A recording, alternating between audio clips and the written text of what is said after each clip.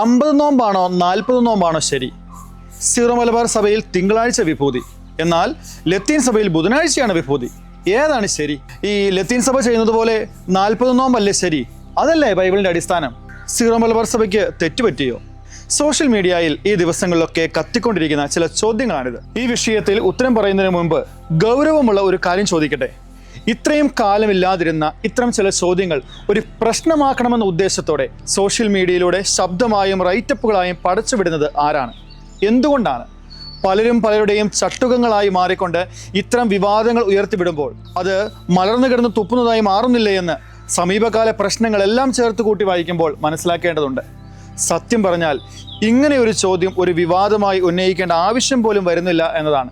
എന്നിരുന്നാലും ഇത്തരം ചെറിയ കാര്യങ്ങൾ പോലും ഒരു പ്രശ്നമാണെന്ന രീതിയിൽ ഉന്നയിക്കുമ്പോൾ ഈശോ പറയുന്ന ഒരു സ്റ്റേറ്റ്മെൻ്റാണ് മറുപടിയായി കൊടുക്കാനുള്ളത്.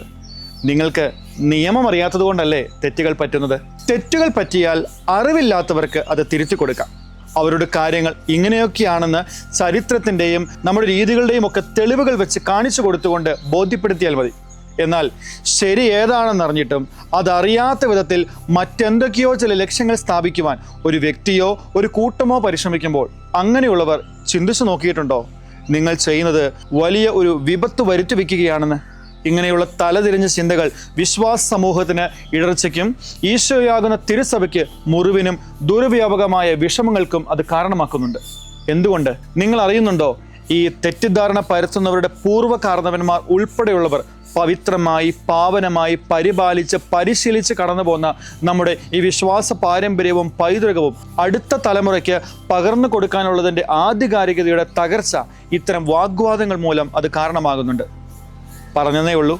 വിശ്വാസികൾ ഉൾപ്പെടെ എല്ലാവരും നിങ്ങളുടെ മനസ്സാക്ഷിക്കനുസരിച്ച് ചിന്തിച്ചു നോക്കണം.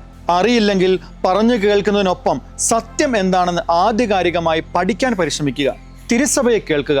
നമ്മളറിയാതെ മറ്റുള്ളവർ നമ്മെ കബളിപ്പിക്കുമ്പോൾ ഉപയോഗിക്കുമ്പോൾ ഇത്തരം പഠനങ്ങൾ വിശ്വാസം കാത്തു സംരക്ഷിക്കാനായിട്ട് നമ്മളെ സഹായിക്കും.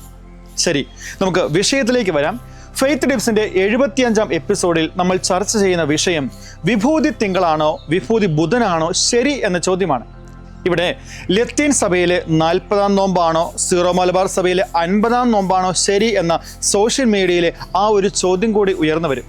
ഇതൊക്കെ വ്യക്തമായി പഠിക്കേണ്ടതിനാൽ ഒരു വീഡിയോയിൽ തന്നെ ഇതെല്ലാം കൂടി ഉൾപ്പെടുത്തിയാൽ സമയം ഒരുപാടാകുന്നതിനാൽ അത് നമുക്ക് മറ്റൊരു എപ്പിസോഡിൽ പഠിക്കാനായിട്ട് മാറ്റിവെക്കാം. ചാനൽ സബ്സ്ക്രൈബ് ചെയ്ത് വെച്ചാൽ സഭയുടെ കൃത്യമായ പഠനങ്ങളുടെ അപ്ഡേറ്റുകൾ നിങ്ങൾക്ക് ലഭിക്കുന്നതാണ്.